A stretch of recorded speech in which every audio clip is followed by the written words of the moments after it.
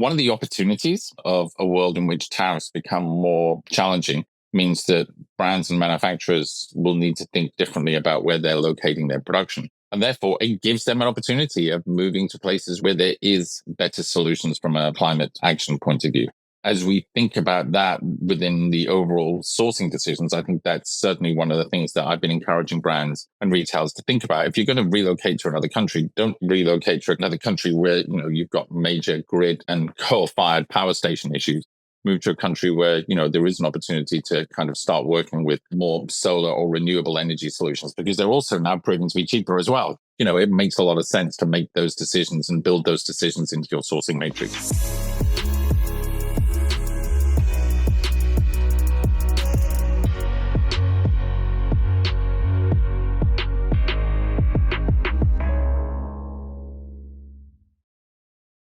In today's episode, we're unpacking the emerging sustainability trends in the apparel value chain. I'm thrilled to be joined by Colin Browne. Colin was previously a senior leader at Under Armour, where he was at different points Chief Supply Chain Officer, Chief Operating Officer, and also interim CEO and President. Colin is now CEO at Cascale, which was previously known as the Sustainable Apparel Coalition, where he leads one of the most forward-thinking industry associations out there. Colin has deep industry expertise, as comes across from his background and credentials. And so Colin and I are aligned that we're excited to really dig into the business value of sustainability. Colin, super excited to have you with us. Great to be here. Thank you for hosting today. Our pleasure. Colin, so you're at the helm of one of the most forward-thinking nonprofit alliances in the sector. I would love to dig into the journey that brought you here, but I'm going to hit pause on that for a moment and just ask if you could share a little bit more about Cascale, the members, the overarching mission, and so on, for any of our listeners that might not be familiar with Cascale's work. Well, hopefully many of you know Cascale already, but it was originally founded back in 2009 as the Sustainable Apparel Coalition. I think it was Walmart and Patagonia. Rick Ridgway, who was still intimately involved with the business, kind of founded it with the idea of combating climate change and increasing social justice. And those two things have been kind of pivotal to what Cascale does and continues to do. It's probably best well known for the suite of Hig tools, which it developed back in the late 2010s, which is now used by somewhere between 30 and 40,000 manufacturers to track various different parts of their supply chain, specifically with regards to environmental and overall social labor kind of performance. And so it's something which we continue to evolve. And certainly as I joined the organization, we're now starting to think about how do we take that data, that analytics, that information we have to really drive meaningful impact and change. So that's why I joined, and one of the reasons why I'm excited about how we can continue to move this mission forward. Fantastic, Colin. And what brought you to Cascale? I mean, you've had an amazing career. I'd love to maybe almost take a random walk through it if you're happy sharing some of the highlights. And then what brought you to this part of the journey? I left Under Armour and was reading a book, and one of the things which resonated with me was, going to go down the rabbit hole here, was kind of the way ancient Greeks kind of looked at the difference between destiny and fate. And, and we tend to use those words interchangeably now, but, the ancient Greeks didn't. Those two things had very different reasons. And fate was kind of what happened with you, the cards you were dealt, and what you had to live with. Destiny was kind of what the world was trying to manifest itself through you.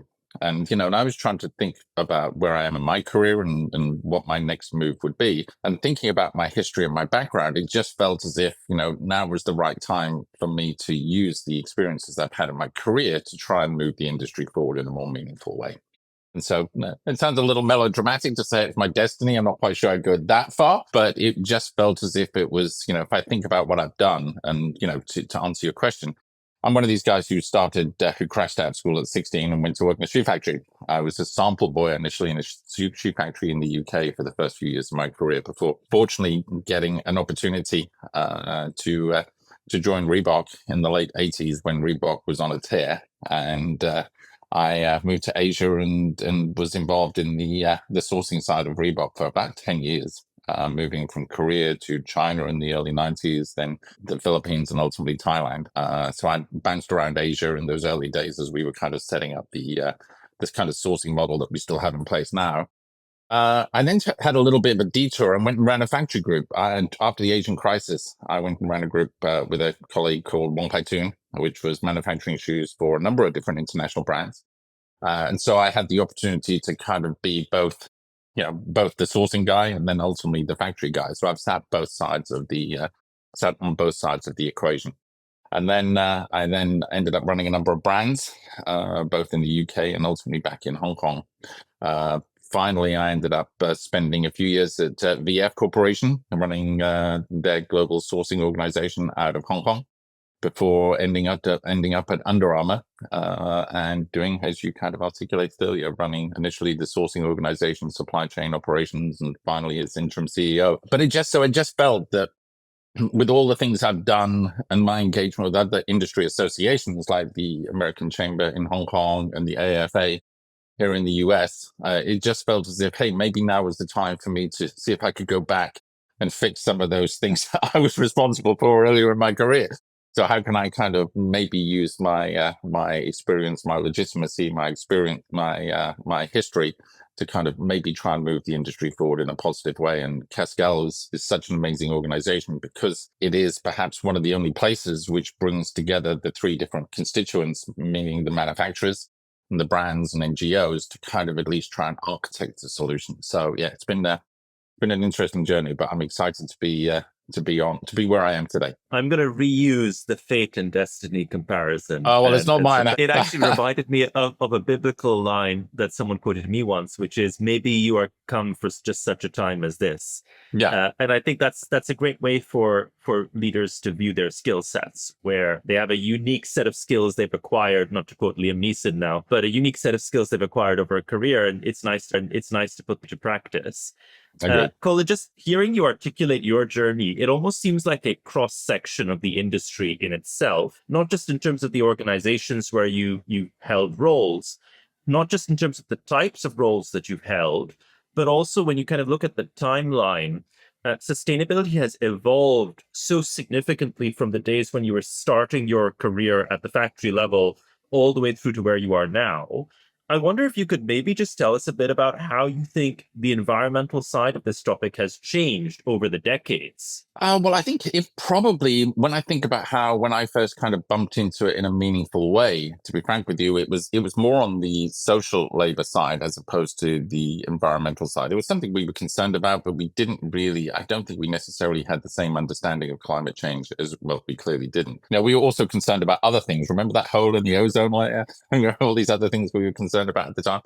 But social labor became the big one. And I think it was the White House Apparel Accord, I think it was called, with the Clinton administration, when the whole idea or the whole concept of sweatshops started to become kind of something that was prominent in the minds of consumers and something which the brands and manufacturers really needed to kind of address. And so I think that was probably when it started. But then obviously as legislation and other things have increased, as we've started to understand the impact that we're having on the planet and the way in which society and communities have come together to address those issues, businesses have needed to step in and fill that vacuum. And I think it's interesting because I think in some respects it mirrors what's happened in society to a degree. There has, not to go down any political rabbit holes here, I think I think if you look at the data, there's not as much trust in politicians as there has been historically. And I think there's been an expectation that business will step in and start to fill some of that vacuum,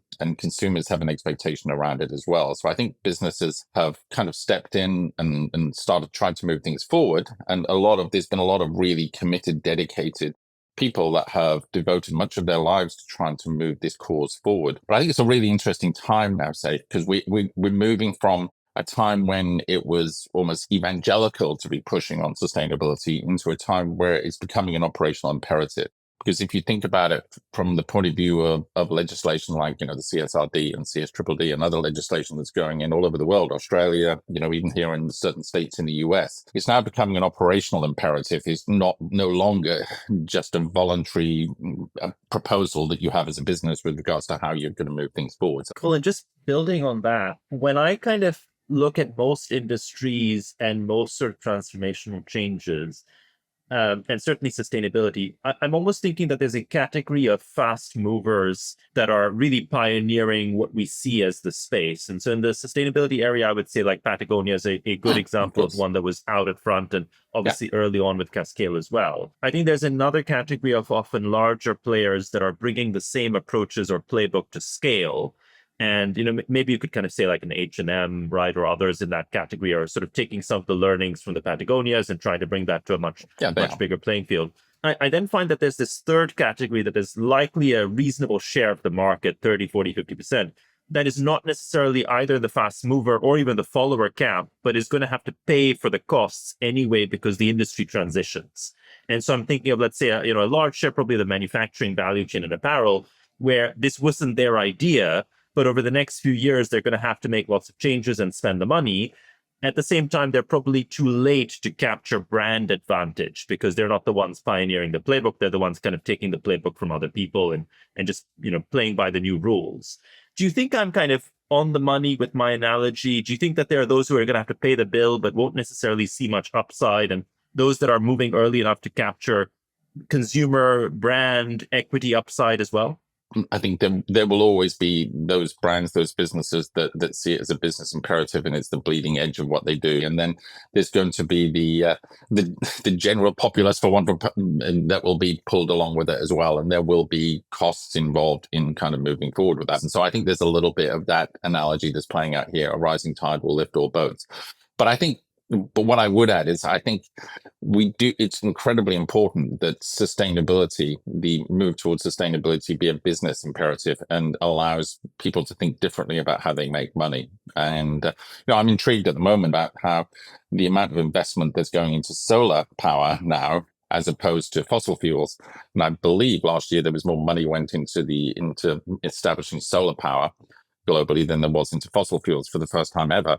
And I think that's a great example that, in spite of, what we think, the financial imperatives will always win the day. If people can make more money out of doing it that way, then they will do it. And I think so. I think it's incredibly important we work through the mechanics of how we allow businesses to make more money out of driving towards sustainable solutions and not just browbeat them to do it because we believe it's the right thing to do. And I think we also have to acknowledge the fact that a large part of the burden falls on the manufacturers. And that's unfair. And we have to think about how do we kind of right that wrong, because a large part of our carbon footprint sits with the manufacturing side of the business, because that's where 70% of our carbon footprint resides. So I think we do have to think, and brands and businesses do have to think about how they can help bridge that gap. And I think that's the work that's currently in flight now. Colin, I want to come back to the manufacturers momentarily, but if we stick with the theme of following the money to start with, if you were to have a conversation with a CEO of an apparel company today, what are the bets that you would advise them to make from a sustainability perspective? Like, what are the 2 or 3 things you would say that they have to have on their agenda or radar to be able to be a winner from the sustainability transition next? First of all, they have to be very aware of what's coming from a legislative point of view, because that sets the floor of any business. And when I think about my role as a board director on a couple of different businesses, you have to meet legislation, and the CSRD legislation that's rolling out in Europe will require brands, I think it's 150 million euros, to report back on their global emissions. So you better figure it out pretty quickly. You can kind of say, well, it's not really important because I don't have to report on that in America. Well, if you've got a big business in Europe, you're going to have to. So you can't bury your head in the sand and just ignore it. And that legislation is only going to get tougher as CSDDD kind of comes into play. So it's a business imperative that you kind of understand it, and it's ultimately it will evolve from a supply chain, from a sourcing, from a procurement point of view. It will become the same way. We'll start to think about our carbon impact in the same way if we think about our margins. Ultimately, a brand or a business is looking to optimize its profitability and its margins, but also over a period of time, if it's going to hit its science-based targets, it needs to optimize its carbon consumption. And we will need to be thinking about those two things simultaneously in a meaningful way. Otherwise, they're just not going to hit their targets. And there will come a point in time when the markets will call out businesses and brands that are not delivering against their commitments. Yeah, I agree, Colin. I mean, I think that I loved your point about thinking of regulation as a floor, because that's the thing that's going to apply to everyone. And then I think identifying the areas where you can differentiate on top of that is a good place to go. On the regulatory topic, a number of companies that I speak with are, I guess, concerned is maybe too strong a word, but curious about what that might look like over the next 4 years. And not just thinking about US election outcomes, but also just frankly European trajectory as well, where I think there's a realistic possibility that Keir Starmer is going to be the only major European leader from a sort of left of center background in several months' time. Do you think that this sort of concern is overblown? But I think the train's already left the station. We're already on this journey. And it's just a question of when's the next high tide? Is it going to be in 4 years, 8 years, or whatever? But, because of the election cycle. So it will continue. The tide will continue to rise as this legislation continues to bite and continues to move forward. So am I concerned? Yes, of course, I am concerned. When Donald Trump pulled out of the Paris Climate Accord last year, the US, or a few years ago, we missed the US leadership within climate change and the way in which we're looking to action that. But what a lot of people don't realize is even during the last Republican presidency, the climate emissions went down in the US. It's going to follow the money. It's not going to necessarily follow the legislation. And as an example, we may see tariffs go up on solar panels coming into the US. The climate doesn't care where those solar panels go. It just means that China will deliver those solar panels to someone else, and they will be installed in another country, and it will impact climate. I think, there's a number of reasons to be concerned, but I'm actually still have to be reasonably optimistic that the train's already left the station. We're on this journey. And I think I think one of the things that happened during the last time that we went through this issue is, we saw an increase in social action in consumers demanding change and brands and businesses realizing that they actually have to continue to lean into it. Colin, if we come back to the manufacturers, where, I think that a lot of the same principles that you've described hold true for manufacturers as well, which is this idea of sort of following the money. Where does the business value come from? I think there's an additional piece about being a really effective partner for the brand. And I was wondering if either from your time at Under Armour or from Cascale's work, you're able to almost like articulate what the ingredients are for a really effective collaboration between a manufacturing partner and a brand on sustainability. Like, what does that look like? What are the I'm going to reverse. I'm going to be a little controversial, and I'm going to reverse that because I think the issues that we face, the biggest challenge that I hear from our manufacturers is the inconsistency that they have from their customers, from the brands. And one of the challenges that we have is, we have something like this, the audit world that we live in today, where brands require their manufacturers to be audited. I talked to one manufacturer a few weeks ago, a manufacturing group. They have multiple facilities, but they had 720 whatever different audits, brands coming in and auditing them for doing certain things. I mean, it's practically impossible to manage 720 audits. I was one plant I was in India, and they estimated they had 200 audits a year. That's 4 audits a week from customers coming and auditing them. Because remember, many of the manufacturers work with multiple different brands. And the challenge is all the brands come in with a different set of audits and a different approach and want to do something different. And so the manufacturer is somewhat paralyzed. You add in the fact that the same manufacturer I was chatting to has multiple different science-based targets they have to hit based upon which brand is asking them to do what.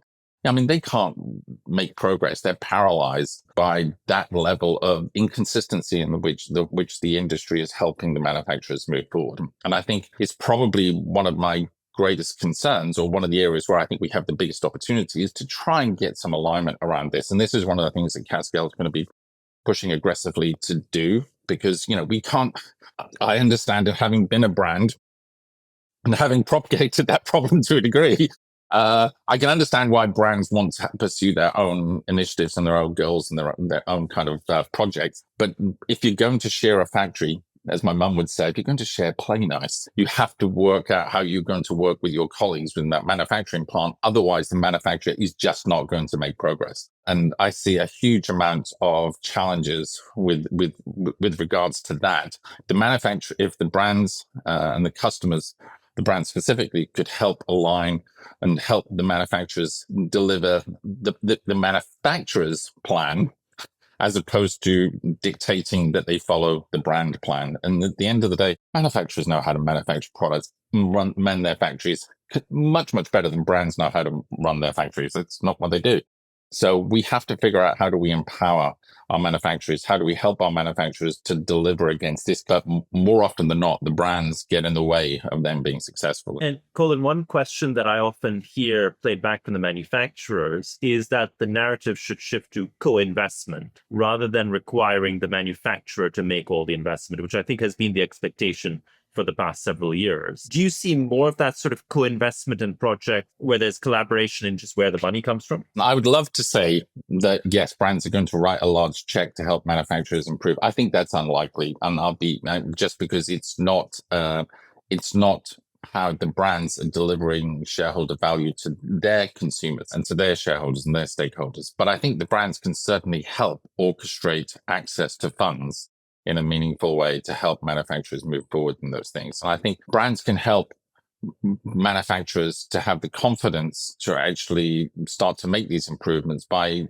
committing to doing business with a manufacturer for a longer period of time, for some kind of longer kind of timescale, so that if you're going to make that investment, you are confident that you actually have a brand or you have a business that's going to support that. Now, again, recognizing there's a whole commercial world that has to be dealt with around that. But, that level of commitment is incredibly important. And I do think, I haven't spent so much of my time in supply chain. There's so much opportunity in supply chain efficiencies that would allow manufacturers and the brands and how they work together to optimize the operating model to allow the manufacturers to invest more. At this moment in time, the misalignment between the two drives a huge level of inefficiency, and there's clearly opportunities for us to unlock capital within that inefficiency for the manufacturers to think about how do they plow that back into making meaningful change. But they're only going to do that if they get the commitment from the brands. Yeah, I agree. Having grown up in Pakistan, and as I mentioned it when we were just getting acquainted,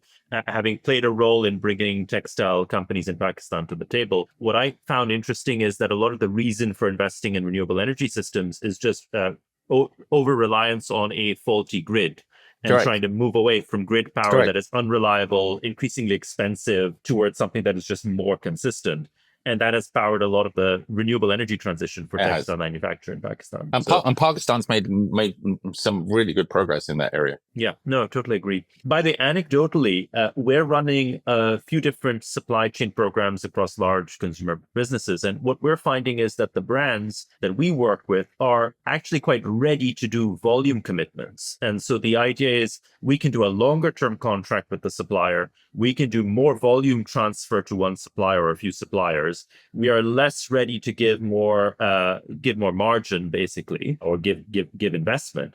But actually, the incentive of longer duration contracts and more volume can actually be more meaningful at a certain scale. When I started in this industry, we operated more from always chasing margins, always chasing the lowest FOB, and I think and as a consequence to that, we would move product from country to country at a drop of a hat just so we could get a little bit lower FOB and maximize our margins. I think margins are still incredibly important, but I would propose to you the value now is in the margin at the end of the season. When you finished as a brand, how do you optimize your margin at the end of the season, not how do you optimize the margin from your brand, your manufacturer.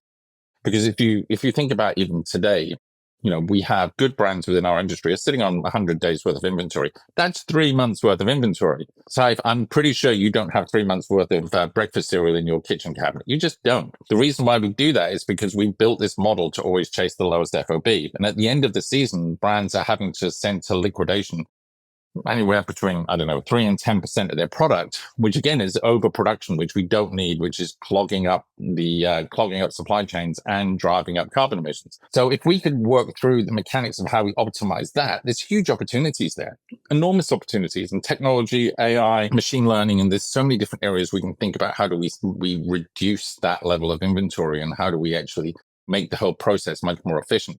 And we will do that by working with less suppliers, making longer term commitments, working through how do we better manage inventories. there's huge opportunities just to get that right. And that will free up capital to invest, and it will also basically reduce the overproduction that we have in our industry. So it's a huge amount of work to do. For sure. Colin, one of the things that you just mentioned is the transition of manufacturing from one location to another. And, we expect this will become maybe a bit less frequent as you have these longer term commitments.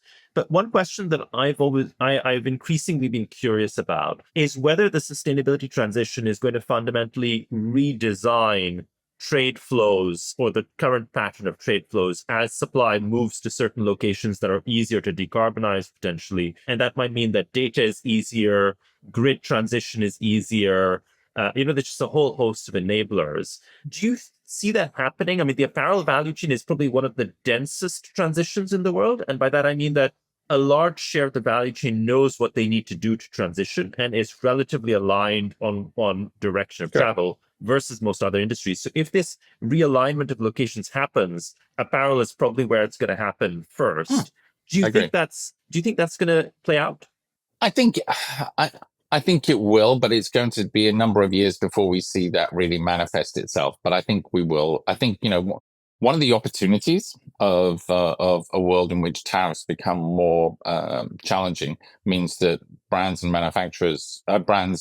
potentially manufacturers will need to think differently about where they're locating their production. And therefore, it gives them an opportunity of moving to places where there is better solutions from a climate action point of view. So I think as we think about that within the overall sourcing decisions, I think that's certainly one of the things that I've been encouraging brands and retailers to think about. If you're going to relocate to another country, don't relocate to another country where you've got major grid and coal-fired power station issues. Move to a country where there is an opportunity to kind of start working with more solar or renewable energy solutions, because they're also now proving to be cheaper as well.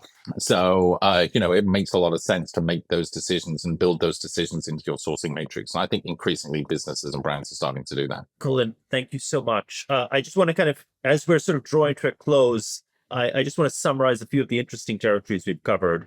I loved how we started with the line from the Greeks, which is fate is the cards you're dealt with. Destiny is what is manifesting through you, and the two are different. I really loved following your journey through so many different parts of the apparel industry, whether it's in roles or different sorts of companies, geographies, timeline, to where you are today. I think we share a lot in terms of our value of focusing on the money to enable the sustainability transition and encouraging businesses to really prioritize value creation. I really liked your flipping the switch on the brand manufacturer collaboration and how this really needs to be a true partnership. And there are a range of levers that both sides can make available to enable that. And then I also just liked how we're sort of bringing together this sort of this geopolitical backdrop as well, where we say, look, actually, the train has left the station. What is happening is going to happen. You can either be one of the parties that is just sort of paying the bill and paying the cost and just like keeping your head above water, not to mix in another metaphor, or you can be one of those that is capturing value and actually kind of leaning forward and being a net winner from the transition. Maybe just to round off, Colin, if you had to give one piece of advice to our listeners, and our listeners are sustainability professionals in consumer organizations around the world, what is the piece of advice that you would give? Don't get sidetracked by all the noise. We are making progress. We're not making as much progress as we'd like to, but we are making progress. I'm more optimistic now than when I joined Cascale 6 months ago, because we genuinely know how to do this. We know how to decarbonize the grid. We know how to stand up sustainable on-site solutions. We know how to build more efficient factories. We know. We know what needs to happen. The question isn't, can we do it? We can do it, and we are doing it. We're not making as quick a progress as we need to, but we are doing it. So don't lose hope. The question is, are we doing it quickly enough? And I always come back to it. Do we have the courage, the capacity, and the commitment to kind of get over the line? And, my sense is we do, and it's happening. That's a fantastic note to end on, Colin. Thank you so much for taking time out to speak with us. We've really enjoyed this, and looking forward to hopefully getting to know you better over the coming years. And maybe we do a part 2 on this in a couple of years' time, and just see whether we've managed to pick up speed. That'd be great. Thank you. It's lovely to spend time with you. Be well.